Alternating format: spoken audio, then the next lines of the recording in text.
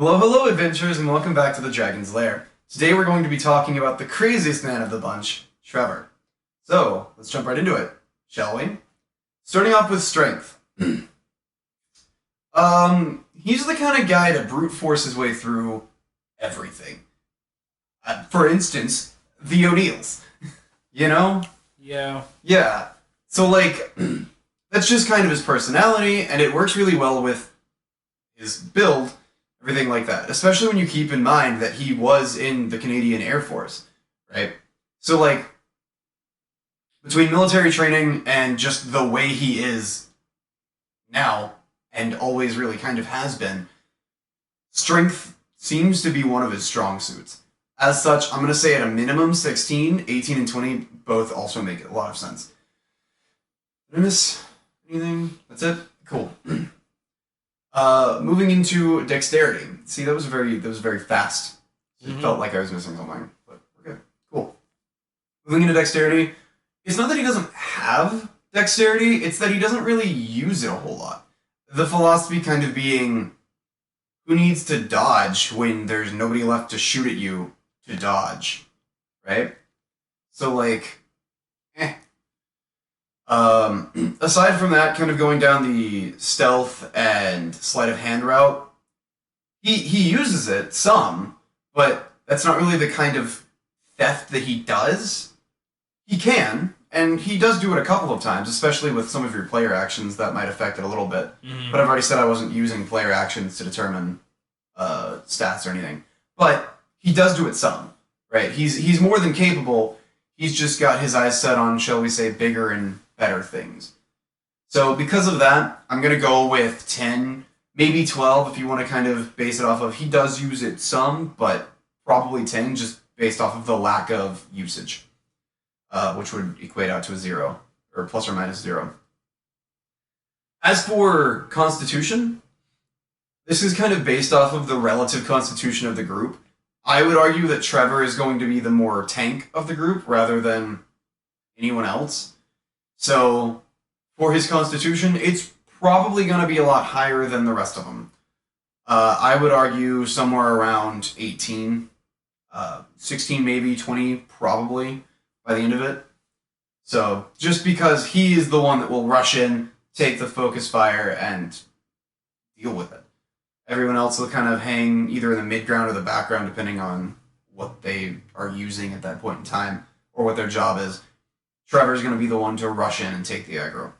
So, to reiterate the score, somewhere around 18, probably 20 by the end of it. Into intelligence. What I'm about to say might surprise you. What I'm about to say is that I don't think Trevor has a negative intelligence score. In fact, I think he knows quite a bit of things. Quite a few things would be the way to say that correctly. For instance, he knows how to instill fear in people. He knows how to get the job done. He knows what kind of crime that he wants to commit, and he knows how to do it. He knows how to get that done. Specifically, he wanted to run drugs to South America. Well, hostily took over an airplane station. An airplane hangar would be the right word for that. He did a hostile takeover of one of those, and now all of a sudden he's really good to fly down, drop off some drugs, and move on. So he knows how to do it. It's sometimes the decision-making, which we'll get into here in a second, where the problems will start to arise. But as for the intelligence score, honestly, I would say somewhere around 14 to 16, because he knows quite a bit of stuff, and he knows how to get the job done with it. Into wisdom. This is where the problem will start to lie, because while he can get the job done, sometimes the way he gets the job done is not necessarily the best way to go about doing it, if that makes sense. Right? So, let's take one instance of flying down South America, dropping off a package. That's a bad call, right? Overall, just because now you've got two sets of feds looking for you, as well as other cartels, and objectively speaking, they would be worse, right? So it's things like that. It's the, spoiler alert, 3, 2, 1, we should be good.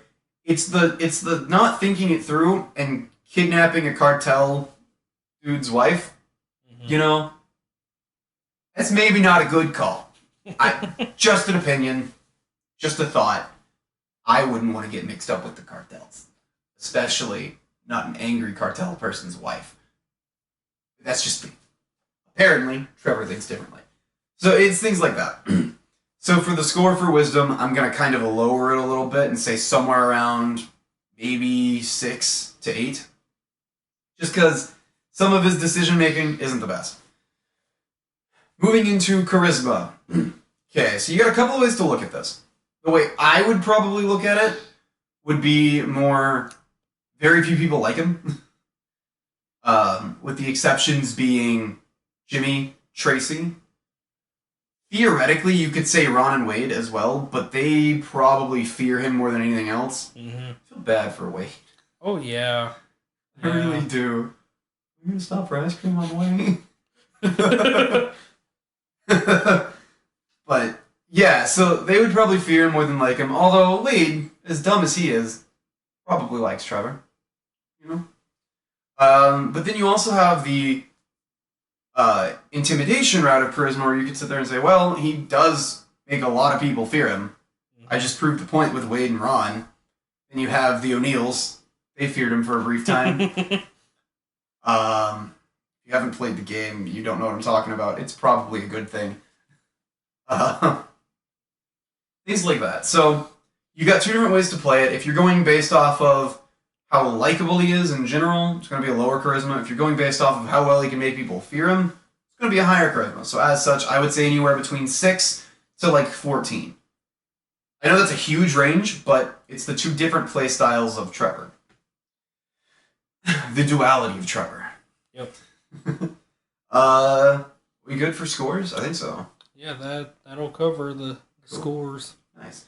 So moving into the straightforward build, you're going to go human, specifically variant, right? You're going to want to go the athlete feat. This gives you a couple of different movement things, like 5-foot leap, 5-foot movement into a leap, 5 foot up from prone, and the climbing speed, right? Climbing speed equal to your movement speed, correct? Yep. As well as +1 to either strength or dexterity. So all of those are good. From there, you're going to go fighter for 11 levels, correct? Yep. I believe, yeah. You're going to go, was it champion? This just helps you... Yeah. Yeah. It gives you just a little bit easier of a time hitting and dealing damage, which works really well with sneak attack. Did I miss anything for the fighter? I'm about to transition to the rogue. I don't think so. Yeah, there's not a whole lot to pick. Nah. But that works well with sneak attack from the rogue, which you're going to take 9 levels in. Oh, by the way, I went 11 levels in fighter just to get the extra attack. Because after that, you start getting into... level 12, you get an ability score improvement. And it's because you get those with every class.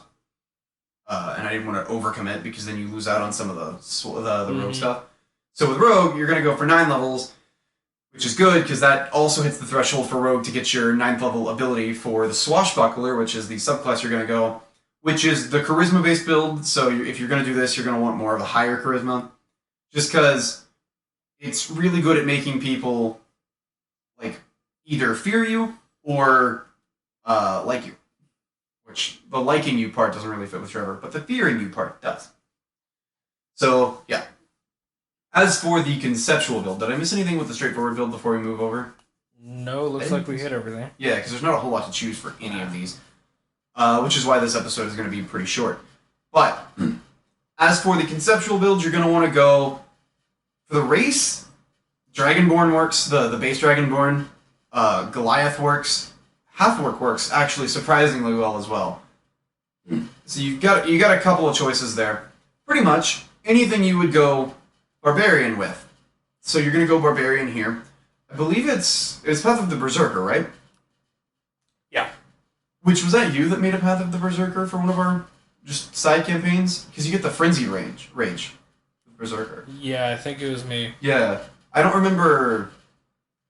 It was Wobb's thing where we were in the astral plane, or was it the? No, it was the. No, it was a. Wasn't the astral? No, it was. Might have been the astral. Space. Yeah, I think that was the astral because I was also getting that confused with celestial because it's astral. Yeah, because it would be spacey.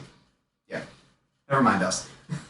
So you're going to go Path of the Berserker Barbarian, which gives you essentially just a frenzied rage. It makes you rage harder, which fits with Trevor, especially his special ability where he essentially just goes into a rage. So it was like a match made in heaven here. So, all of that just kind of fits with Trevor. Did I miss anything for that? I don't think so either. Nah. Yeah. Well, that is all I have for you fine adventurers today. Thank you so much for watching. Make sure if you liked the video to subscribe and make sure the subscription bell or notification bell is on. You've got to click the bell and make sure it says all. It should have the little sound waves and be filled in. It's really weird. I don't know why it does that where you click subscribe and it's like, they only partially want to be subscribed. No, you don't want to partially be subscribed. But yeah, if you like the video, make sure to leave a like and let me know down in the comments. Especially if you have something funny or interesting to say. Maybe you have an expansion on this build a little bit, maybe a couple of ideas. Feel free to leave those down in the comments below. I really do enjoy what you have to say. If you can't possibly wait until my next video, which by the way will be on Franklin, feel free to come check out my Discord or hang out on Twitch. Other than that, I will catch you all later.